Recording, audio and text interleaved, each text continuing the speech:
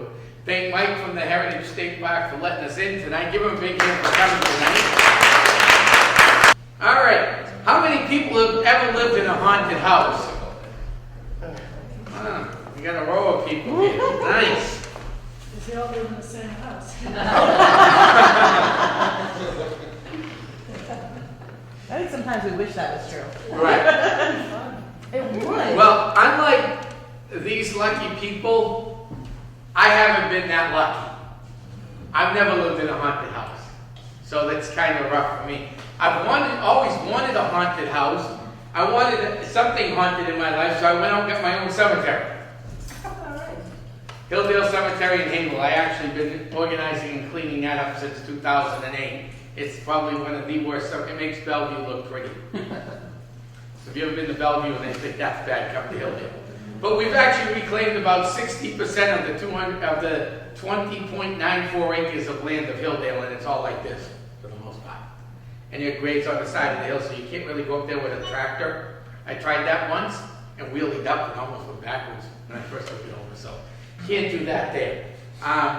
So, you know, I've always wanted to live in a haunted house. I love the paranormal. My name's Tom Spitaleri. I've been doing this since I can never remember. I have always enjoyed the paranormal, enjoyed all the shows. The old shows that are on now, I'm not going to talk about the new shows, but the old shows that got me into the paranormal. One of my favorite is a classic, and come to find out they were showing reruns at night. So I stay up late at night to watch the reruns. Can anybody guess what show that would have been? I'm an old man, so I'm 40 years old. For anybody here, that's old. So you can probably guess what show I might have been watching. Can anyone guess? Dark Shadows? No. That was a little... Oh, I'm also a very shy guy. If you don't know that, I may stutter because I'm a shy guy. Not fooling anybody. So, this show was Unsolved Mysteries. That got me into the paranormal. Notice I say paranormal. I don't call myself a ghost hunter.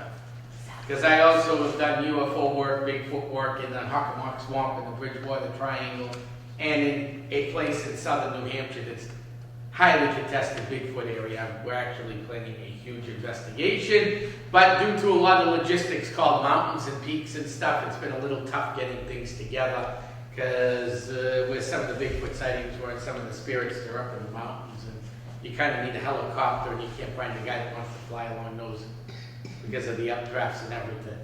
So back in 2008, I formed the Essex County Ghost Project after many years being with, out on my own, New England Ghost Project out of Drake. In 2008, I formed my own called the Essex County Ghost Project.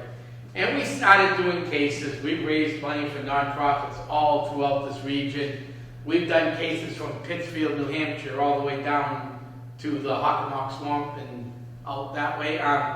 We've actually haven't had a case in Maine yet, but we've hit this whole Merrimack Valley with cases. Almost every community I've at least investigated one property in. And then an interesting thing happened. I know early on people saw this banner and they saw this banner and a few other banners floating around here and maybe the Sunday event going on and our next big event coming up. But the Essex County Paranormal Alliance was actually formed. We're still working on it, but it was formed in January. The reality of this was January this year with Lifeline Spirit Hunters, which Lindsay's here. She's going to be talking about crystals and stones at the end of my talk. They started up and we decided to start a regional paranormal organization. We're in the process of interviewing teams to be in the regional paranormal organization. We are professional paranormal groups. We take this stuff serious. Any one of these two sitting here, one with a smile on her face, the other one with her eyes, will tell you I work 2 jobs and I spend 40 hours a week doing, trying to get investigations, research, this, that, and the other thing, and everything else that goes into the paranormal. That's what I'm looking for. I'm looking for teams, not what you see on TV. So let's get started. Some people said they've lived in haunted houses. Some haven't. I feel bad I haven't lived there. So, there are a few different styles of haunts now. I actually brought this with me to keep my mind in track because there's just too much to talk about. So, What could cause your house to be haunted? You could be living in this nice, beautiful old home, or new home. Nothing's happened for years. Then all of a sudden, somebody goes, I want my kitchen remodeled. It's time to remodel the kitchen. Start breaking through walls, even in an old house or a new house. All of a sudden, now the doors start shutting. At night, for no reason, lights flicker. This happens. Well, how come before we remodeled the kitchen, nothing happened? Well, sometimes when you buy a house, whether it's new or old, or even newer, enough to get something that's 100 years old, someone might have died in that house, and they liked the house the way it was. The family sells off the house. You're the lucky buyer.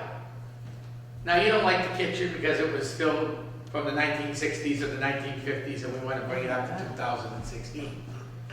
Well, that spirit in there liked that 1950s look, and then you remodeled it, and they went, we don't like that so much. We got to let them know we don't like it. So they start, playing games, doors, knocking in sleep, glass goes this way. Yeah, a lot of things like that. So you got a mild haunt. They're limited, turning up and you like smells. Maybe you never smelled the smell before. My favorite case of that, when I worked at a hotel in Havel once doing security, and every so often we get Rose come visit us. Rose we nicknamed the spirit because you get this rose-scented perfume and then the lights would flicker.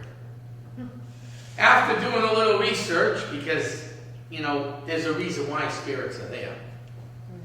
Come to find out, when the old drive-up movie theater was there, they started cleaning it up to get rid of the old drive-up. If you're not familiar with Havel, it's the old Comfort Suites right along the old River Road.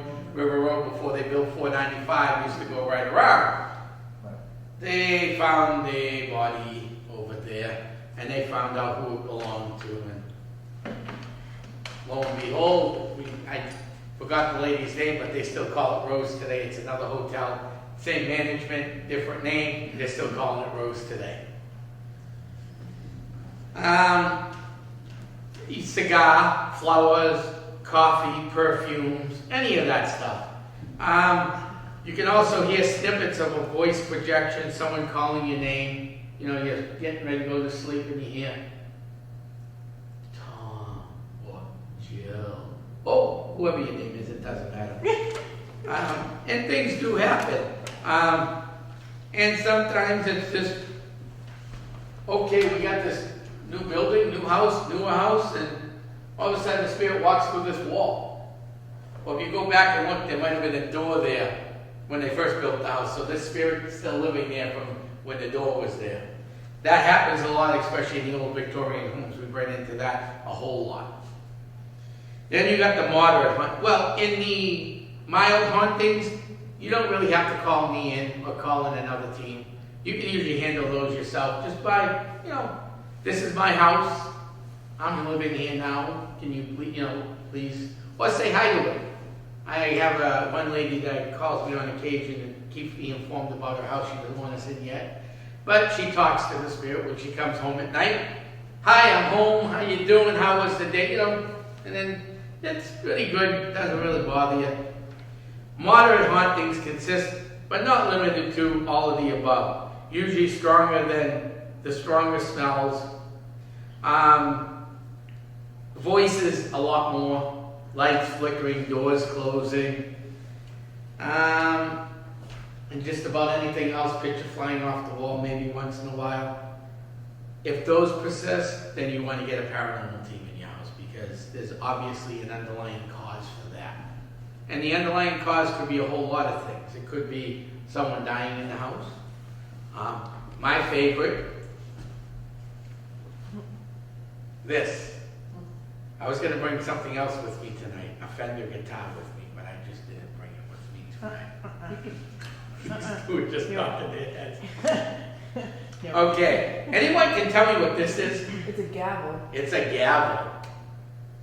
Yes, it's from a 1939 men's club in Peabody. I got a call in Pepperell, Massachusetts, by the house. Our kid was having issues with the house. This is all from that house. And we went through the house. the FLIR thermal image of this thing was hot, no one touched it. This lady collected antiques like you wouldn't believe. She had more antiques than I did. That's hard to do because I got storage units full of them. We ended up taking this out of the house, and after I did, the spirit activity dimmed down to nothing. So there's actually spirit attachment to this, including a Fender guitar that I have locked away, sea salt, because this was minor. This was more of a joking spirit. That's why I took it out with me. But the Fender guitar was no joking spirit. It was a nasty, nasty spirit. A house we did on the seacoast. That's as far as I can say with that one. It was a real rough one.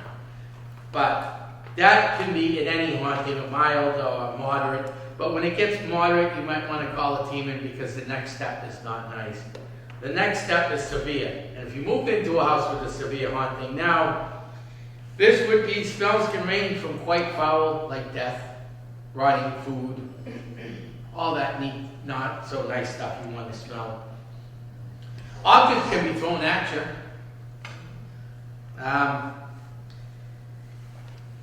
Things can disappear. Car keys.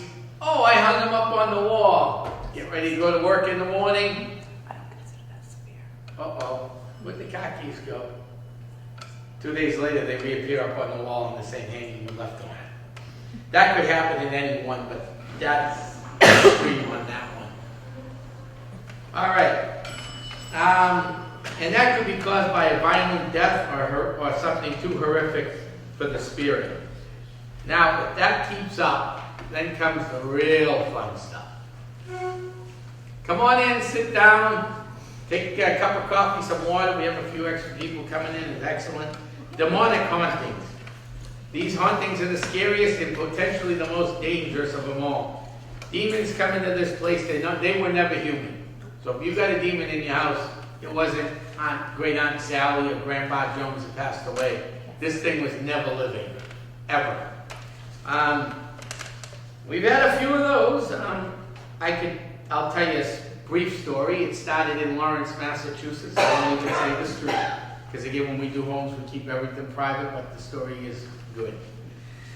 Lady calls me up and says, I got some problems in the house. The kids are getting scratched, this, and this is going on. We get to the house, we end up, EVP session happens. EVP is electric voice phenomenon. We use a recorder for that.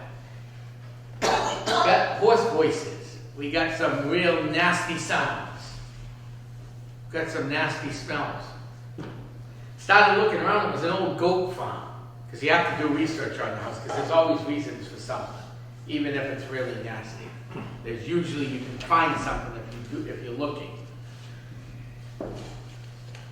So I saged out the house. I'm going through the evidence to get a hold of my friends who are demonologists who can help you with this case. Because if it's something we can't do, I have a call list pretty deep in the paranormal that I can just about call anybody in to help me wherever we're needed. I get a call from the client. Tom, thank you. The sage worked. The spirit's gone.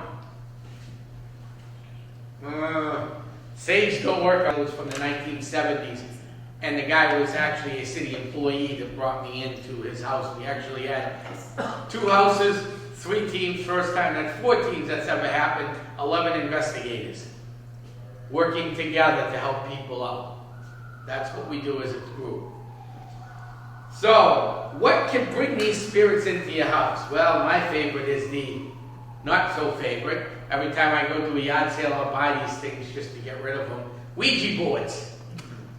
Everybody thinks they're fun. Parker Brothers made good living off of Ouija boards. But they're a tool. They're a tool to open up portals to the other side.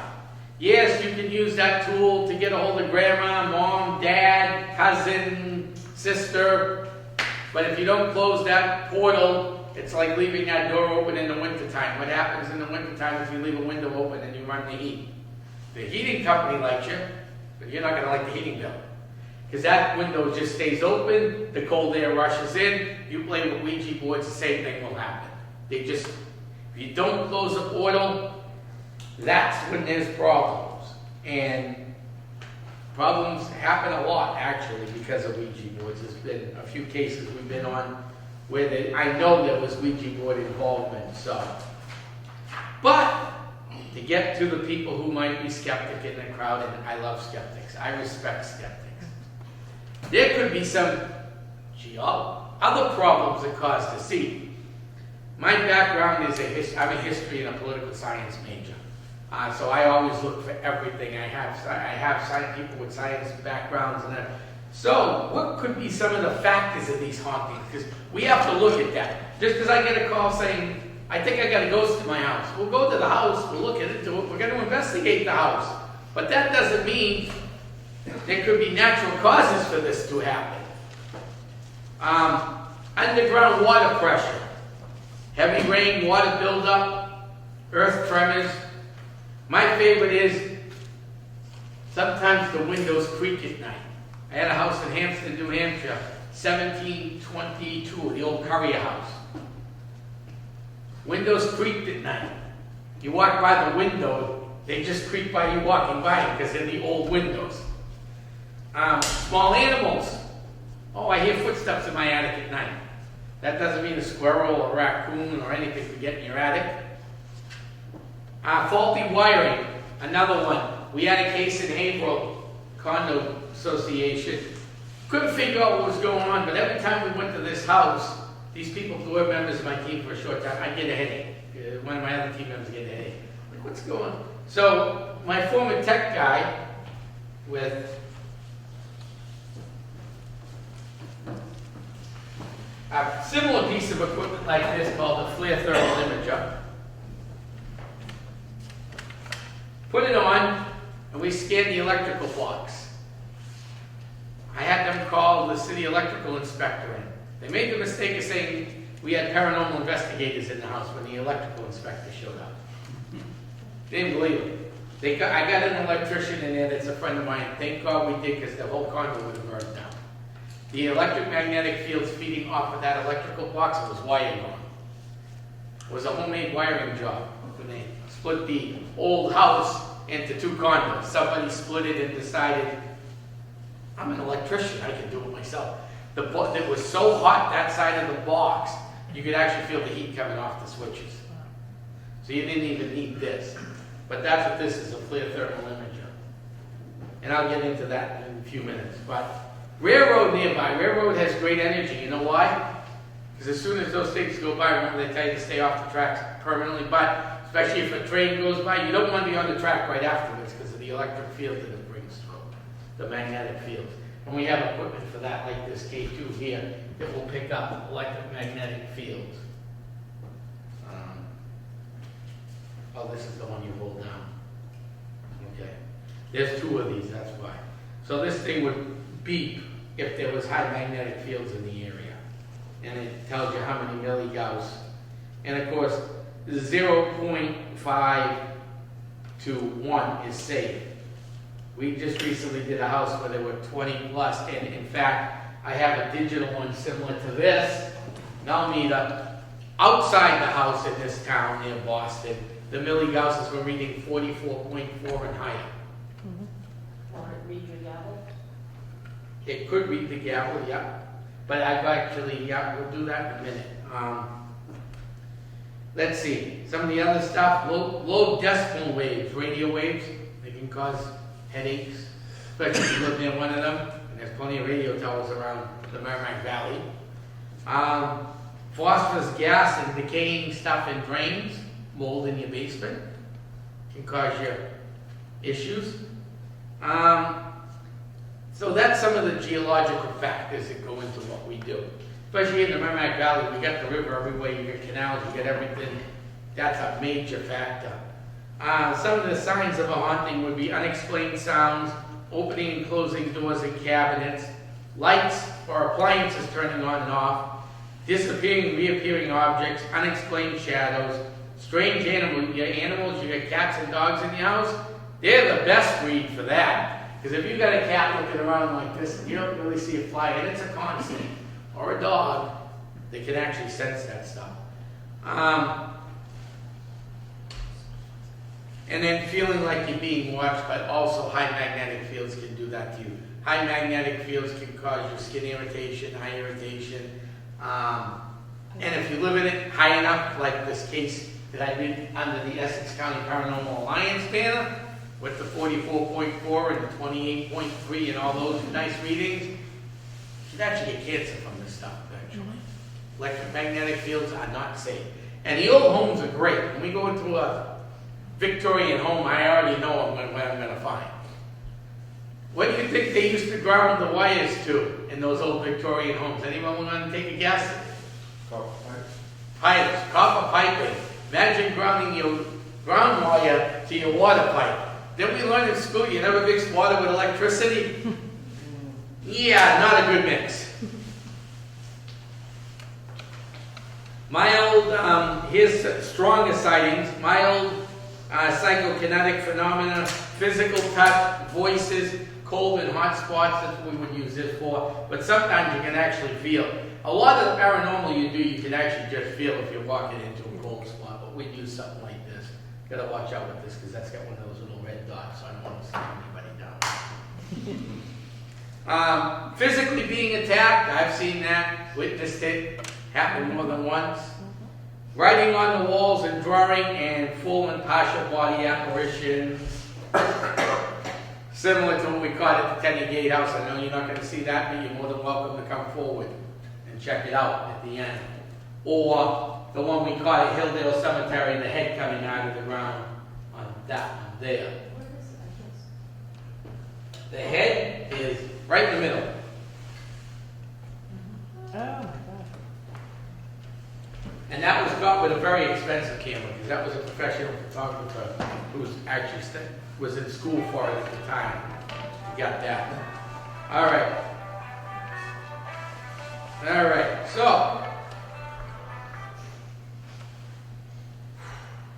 the next thing, we're going to look at some of the ways we do actually go looking at this. But actually, we're going to look at. Let me just explain some of the hauntings. Some of the hauntings that do happen, there are many, but the most common one is residual. Residual basically is if you see a shadow figure walking back and forth. There's nothing you're going to do. You could call in the best teams in the world and they're not going to do much with residual haunting. Because they don't even know you exist. They have no clue you exist. They're walking in their time frame and you're in your time frame. An intelligent haunting is another case where we can actually make contact with that spirit. And one of the ways we do that is by photograph or EVP, electric voice phenomena.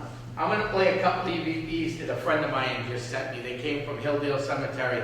I'll keep playing these because I don't have a speaker system for this. But I'll even tell you what you're going to be listening for. This one is, I saw you.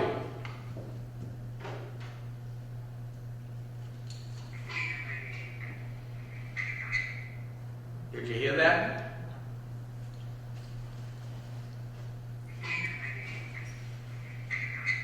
It's very faint.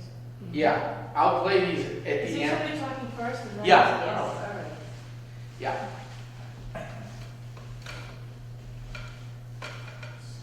Same with this, we've been killed.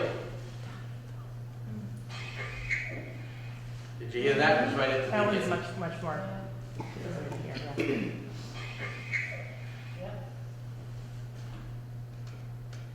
And the last one. Oh, tell us what they're saying and play it, and then see if we can figure out All what right. they're saying. Yeah, we can do it that way too. This one here is, Don't tell us. look behind me.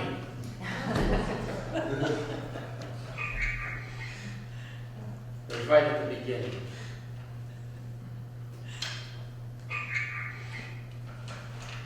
Did you guys hear that?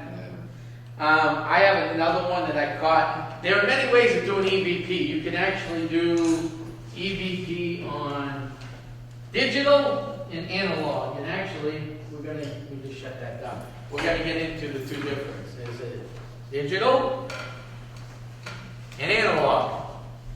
Which recorder do you think would be work better? Analog. Analog, you know what? Doesn't That and it records at a slower time. Digital will record faster. Digital is easier to go over than analog, but we use both digital and analog. Same with cameras. I didn't bring my analog camera with me, but we use both digital and analog. You know what the difference between them are? Yeah, the shutter speed on an analog, the shutter speed's a lot slower, so you might get that extra light. You actually may get the light, where on a digital, not only that, with digital, we don't play with our evidence, but there have been cases on TV and everywhere else, we read them in the paper, where they play with evidence. With analog, once it's on that film, you can't play with it. I mean, you might be able to enlarge it. Those were taken all with analog, except for the head coming out of the ground. All the rest were taken with analog camera. Is your digital camera autofocus? It is. It's not an expensive one. Have you tried with the adjusted time shutter speed? Or to put it on like a manual mode as opposed to letting the camera adjust the picture on its own? That's part of the autofocus? No, I've never tried that. No. But that's a good thing to try, actually. Some of the other meters we use, this also picks up EMF. This is an old cell sensor. They still use them today, but this also picks up the milligauss and the magnetic fields that would be in your house. And sometimes what I like to use, anyone know what this is? Compass. Compass. They work just as good as any of this equipment does.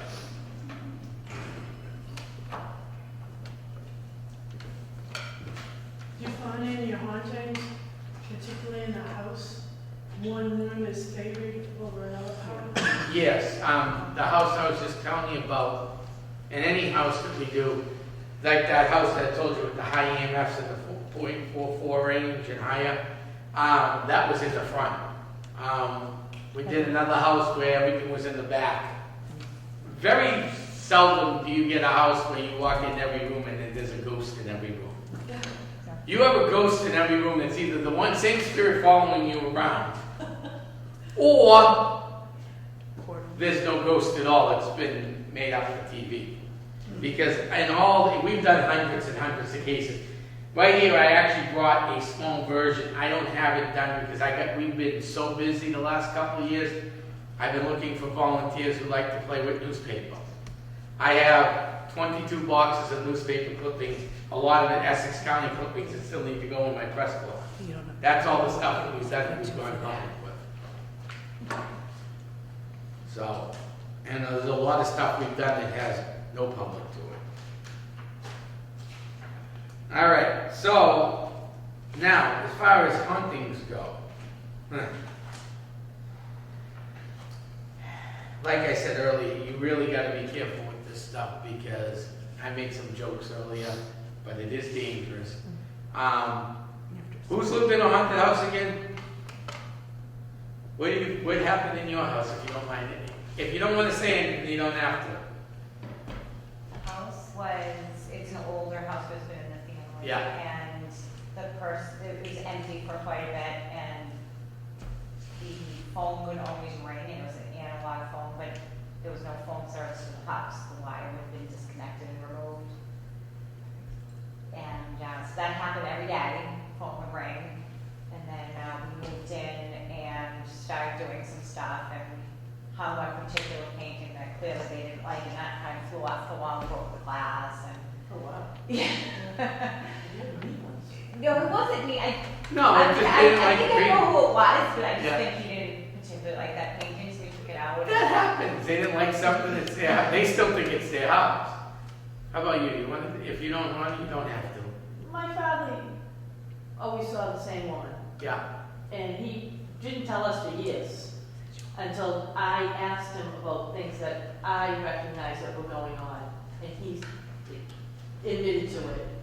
But the irony of it is all, when they sold the house, and the guy he sold it to, he didn't know who he was, he just Yeah. happened to be another plumber, and he saw my father, and he said, I have to ask you a question. And my father said, what? And he said, anything ever go funny in the house? And my father said, I don't know what you're talking about. Lying with a guy. And the guy said, what? He said, well, they were remodeled. He said he walked in, put his coffee on the counter. Now the house is empty because they haven't moved in yet. He said, I went into the other room, came back, and the coffee cup was gone. And my father said, oh, that's interesting. And got something to walk away. Yeah, you never know, So it's. one talk about you had a nice Oh, interest. you can talk about mine all you want. Linda's actually one of my team members. We picked her up because I actually got a call to investigate her house. There was a little white lady in white that used to walk from the kitchen to this pantry room just back and forth. Let's see, no spirits out in the lawn. See what else happened over at Linda's house. So, well, her aunt has showed up a few times. My cousin. Your cousin has showed up a few times. Door slamming. like Door toilet slam. paper, phobia, Yeah. throwing. And in fact, in that photo book, in the back of that, off one of our DVR system, it should be in that book, we actually caught something in her old living room, because it's no longer the living room, it should be in that book. It might be the last page. It looked like a newspaper, black. There it is. That came off a DVR system. And you can look at that at the end, we'll put that up. But yeah, that came out of Linda's house there. And in fact, one day we're in the back of the woods of her house, and another team that was helping us with spoke Native American, he spoke Native American. There's a whole bunch of us in a circle, and this tree limb went, this branch just went like this, right by our faces. Like it was thrown at us, but it missed every one of us, thank God. So, yeah, that happened there. I know when they came to my parents' house, we had a transformer blow in front of the house, and the whole house turned blue. And it was after that. Something It must sounded have- like it opened. Yeah, that probably Right. opened up the portal in the house that triggered it, because if a transformer blows, that's quite an explosion. I mean, have you ever seen one of those go? I've seen a few of them go from my house on Carrier Street down on Washington Street. House, everything was blue. Yeah. It was- Yeah, I get the full body apparition of my cousin. and yeah, the full body of And a picture of my heart that was taken. yeah. So we've gotten a lot of stuff out of her house. Oh. That's not all, the private homes I don't put in there, only that one I did. He's from Karen. Yeah. What's wrong with that This picture? one looks like Alice Cooper standing there. That was taken at Hilldale Cemetery up on Hangman's Hill. Yeah. So, do we have any other questions? Anything at all? Over here too, I've got the Sage kit with me. This is some of the stuff we use afterwards to calm the energy down. There's all different types of sages and feathers and the rest of my kit somewhere around here, over there, I think. Do you practice a religion?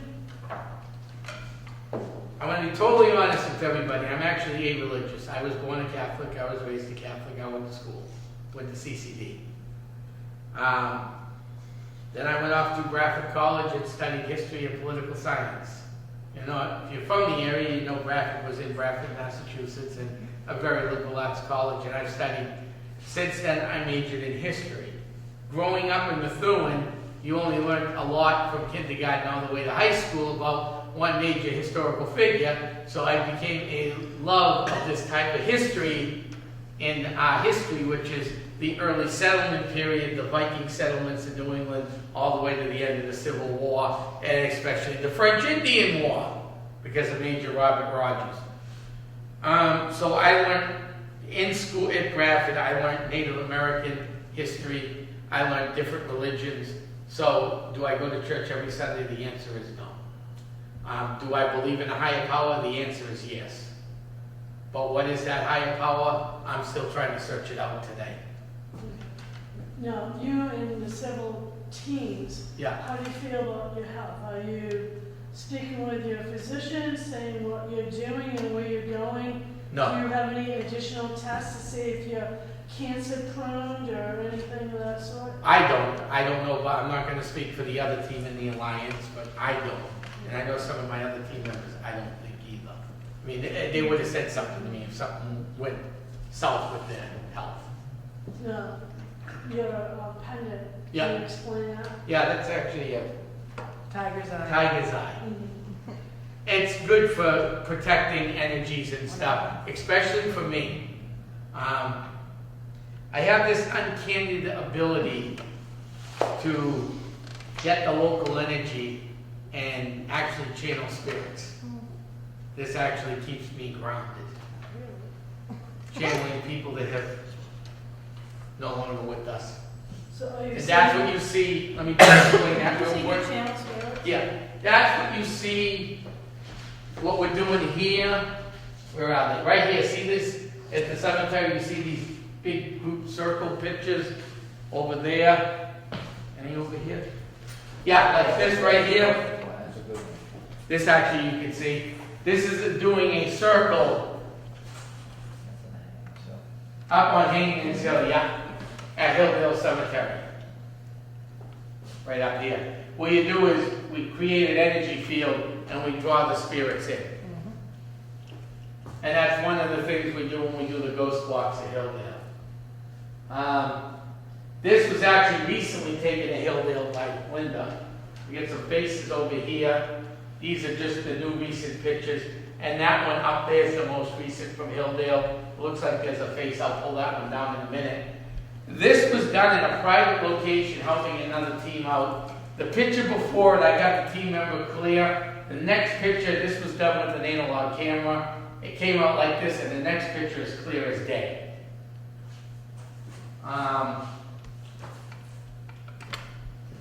This was the latest Hilldale photos here.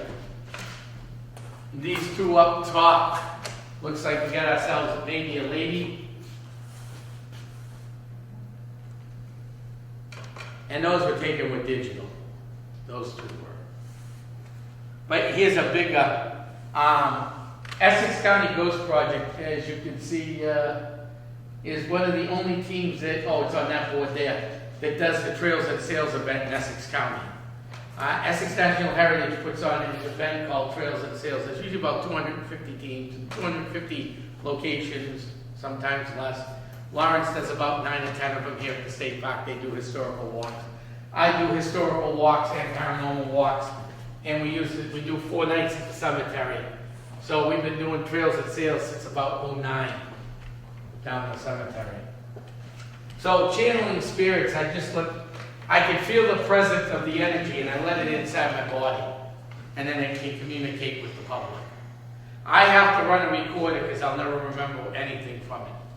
When I get up, when my team draws me out of it, or I get myself out of it, I do have team members that can channel on a dime, and they don't want to channel. Me, on the other hand, I don't mind channeling at all, because it actually helps us in cases. It helps us try to find out sometimes what that spirit is in ours. Any other questions? Your personal home, do you have crystals, holy water, candles, crosses? How do you protect your house? Well, see all this equipment right here, including this? The feathers and the The sage. feathers, the sage. Incense. Yeah, and because when we go into a house, I have to respect the religion of the people, holy water. So we do use holy water if they are Catholic, because you gotta remember, not everybody believes in using holy water either. I've gone into houses where they got Native American beliefs, so the sage, you gotta work within the belief system of the client. So if you're a Catholic and you want me to cleanse out your house, I'll use holy water. I would think you'd want to go with what the demon is, not the person in the house. Because you gotta work with those people to help you out. Demons are a whole different case. This is, when you have to bring a demonologist in. I don't even deal with demons. I will actually call in a demonologist. You'll try to get rid of just a friendly. Friendly if the people want it removed, or something more moderate, like, they're pinching or pulling your hair. Yes, but we don't do it without the permission of the client. I ask the client, okay, this is what we got. Do you want to live with it, or would you like us to try to get rid of it? And there is no guarantees we can get rid of it. None. Holy water doesn't always work. Sage doesn't always work. Crystals, nothing always. In paranormal, there's no absolute. There's When you say no way. get rid of it, do you mean help it move along? Move it along to the next Where dimension. it was, Or where, yeah, move it to what you believe, if you're you have been, move it into the next dimension if you're not, you know, depending on what your religion is, because remember, everybody's end is different. Every religion has a different ending. We're all gonna die, we know that, but where you go afterwards is everybody's own personal belief. Yes, sir? You ever hear of a spirit moving on by itself? Yeah, it's happened. I mean, we've been in the houses before where they want to make a decision. You know, the homeowner doesn't want to make the decision that night. And I said, that's fine, give me a call, we'll come in whenever you're ready. They'll call me a couple weeks later, Tom, spirit's gone, thank you. We didn't do anything, just try to figure out what the spirit is. I asked that because when I first bought my house, I live in an old house, about Yeah. 100 years old. When I first bought it, I lived in there, I've lived now like 26 years in the same house with no activity whatsoever. Yeah, The first night that I spent in the house, it had been empty for about a year.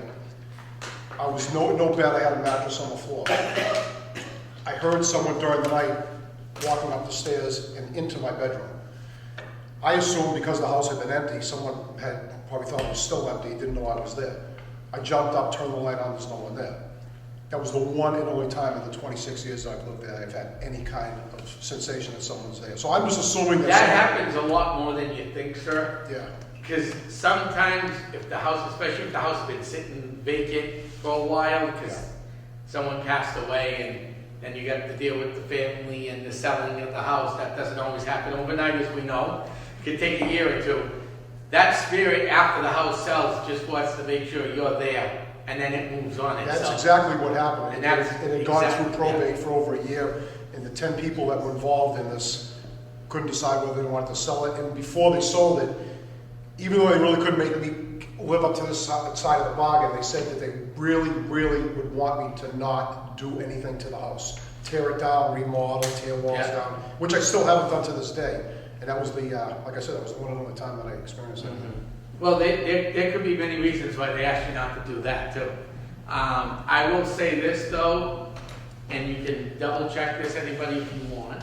In the state of Massachusetts, if you own a haunted house, and you don't tell somebody it's haunted, the buyers can actually go back after you. That's why there's denial in our case. The buyers can legally go after you for, if they want to move. Say the house is so bad, not Grammy or one of the mild ones, but say like the movie The Conjuring, that's actually based on a real life story, number one is, and number two. But say it was that bad when they sold the house and they didn't disclose it to the owners, and you bought the house, or any of you guys bought the house, and it was that bad they chased you out of the house, you can actually go back in court after the old owners. Especially if a neighbor comes up to you and says, oh, so-and-so didn't tell you that they've been having paranormal activity with chairs being thrown at them for years. You get that guy to go to court with you and you're going to get all your money back. But is that within a certain time period? No, actually, it is not. I shouldn't even say that because I'm not sure how long the law lasts on the books, if there's a deadline or not. I'd have to actually read it. Deadline. What? It's a hard deadline. That's a good one, yeah. But that is a law in Massachusetts. It's one of those obscure laws. What I say to people when they're buying a house, I've had a few people that we've done cases for in the past in apartments or condos. They're buying a house. They'll say, would you come in and go through the house? Yeah, no problem. I'll go through the new house before you. Yeah, a lot of people have a cleansing. Right. The house cleansings, I have a psychic that will do that too, but she's not here tonight. But I do have a team psychic. I have actually 2 team psychics. One lives in Japan right now, but she'll be coming back shortly. Any other questions? No? All right. I think I've talked enough. I'm starting to stutter because I'm so shy. How much, Chris?